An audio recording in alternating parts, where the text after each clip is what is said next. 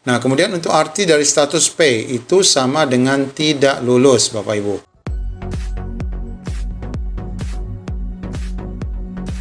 Assalamualaikum warahmatullahi wabarakatuh. Apa kabar rekan-rekan honorer semuanya? Berikut kita akan sampaikan update informasi terbaru hasil pertemuan bersama Kemenpan RB tentang P3K 2024. Ini terutama bagi rekan-rekan yang kemarin mendapatkan status P ya. Kemudian kebijakan apa yang diberikan oleh Kemenpan RB dari hasil audiensi ini akan kita bahas. Sebelumnya kita ketahui bahwa jadwal seleksi penerimaan CPNS dan P3K tahun 2024 ini sudah pun dirilis, meskipun ini masih bersifat simulasi ya, simulasi bahwa akan dimulai nanti tanggal 24 Juni sampai 13 Juli 2024 untuk pengumumannya. Sedangkan pendaftarannya mudah-mudahan saja ini tidak berubah lagi, akan dilaksanakan di akhir bulan Juni, yaitu 29 Juni sampai 22 Juli selama 3 minggu untuk login di SSCSN. Bersiaplah rekan-rekan semua agar kita dapat terpanggil untuk menjadi SN tahun 2024 ini. Nah, jadwal ini sudah kita bahas di video sebelumnya. Nah, di video kali ini kita akan membahas hasil pertemuan yang memang ini diperuntukkan memberikan kabar bagi rekan-rekan yang kemarin sudah ikut ya di tahun 2023, bagaimana mekanisme dan kebijakan di tahun 2024. Nah, hasil kunjungan ke Kemenpan RB itu mendapatkan catatan yang pertama, tes P3K tahun 2024 ini dibuka baik teknis maupun guru. Artinya untuk semua formasi sebagaimana yang sudah diposting, diumumkan usulan dari daerah itu semuanya akan dibuka. Tentunya ini juga ada kesehatan ya.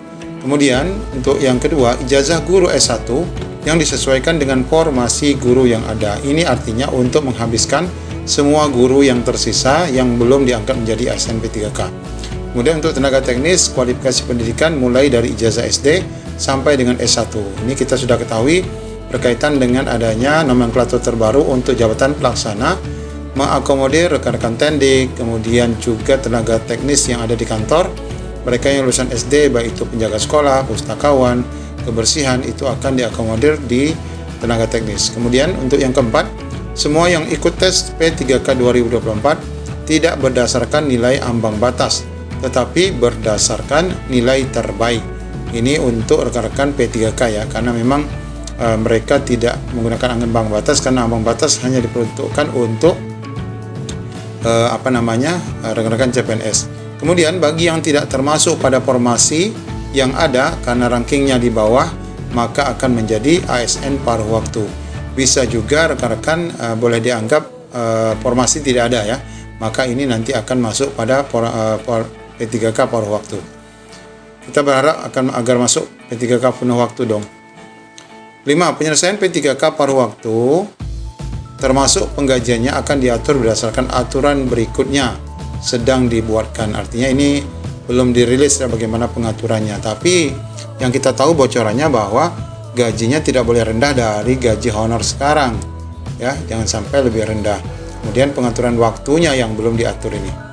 Kemudian poin ke-6, untuk tahun ini rencana yang bisa ikut tes minimal 3 tahun masa kerja, data yang diambil itu antara dari BKN dan Dapodik.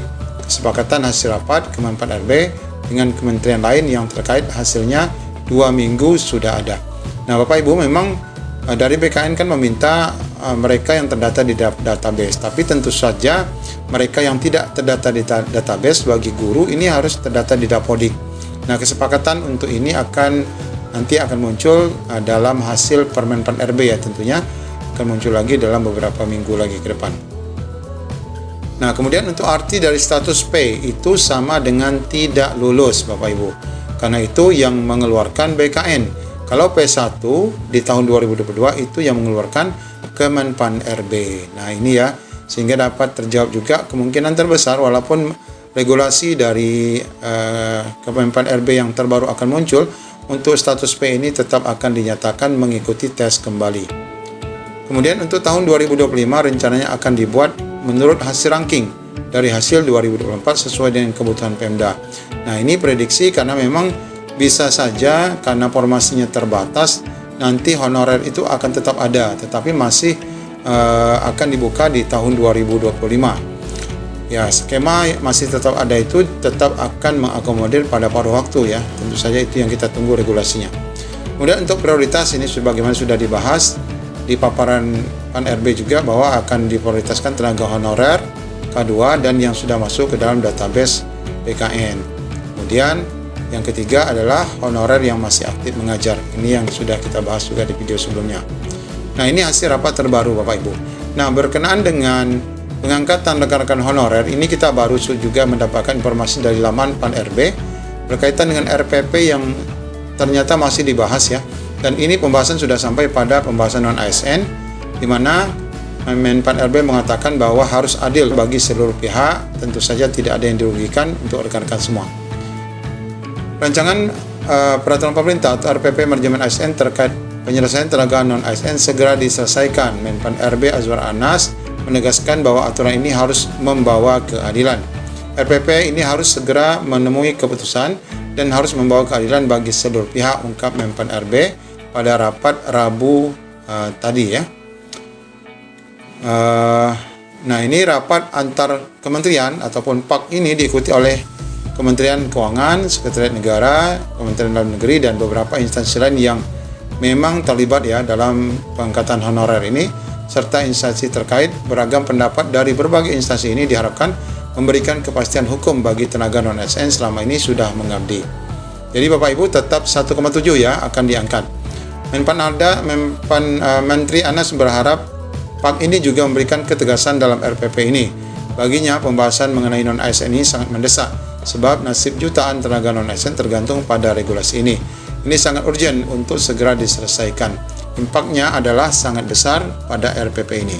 Salah satu langkah strategis pemerintah adalah dengan membuka formasi CSN dengan porsi yang cukup besar, yaitu yang mencapai 2,3 juta, meskipun sekarang masih belum mencukupi ya. Jumlah tersebut terbagi menjadi 427 formasi untuk pusat dan 862 daerah. Jadi yang masuk itu sekitar ini baru ya. Nah, 1,2 ini dia. 427 untuk pusat, 862 untuk daerah. Jadi 2,3 juta ini belum tercapai ya. Seksi P3K menjadi fokus utama pemerintah untuk melakukan penataan pegawai non-ASN di instansi pemerintah. Sementara itu, Deputi Bidang Aparatur PAN-RB Abdul Hakim menegaskan RPP ini menjadi payung hukum utama penyelesaian tenaga non-ASN.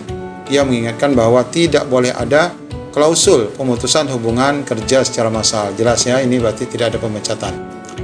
Tidak boleh juga ada penambahan beban fiskal ya, penambahan di daerah.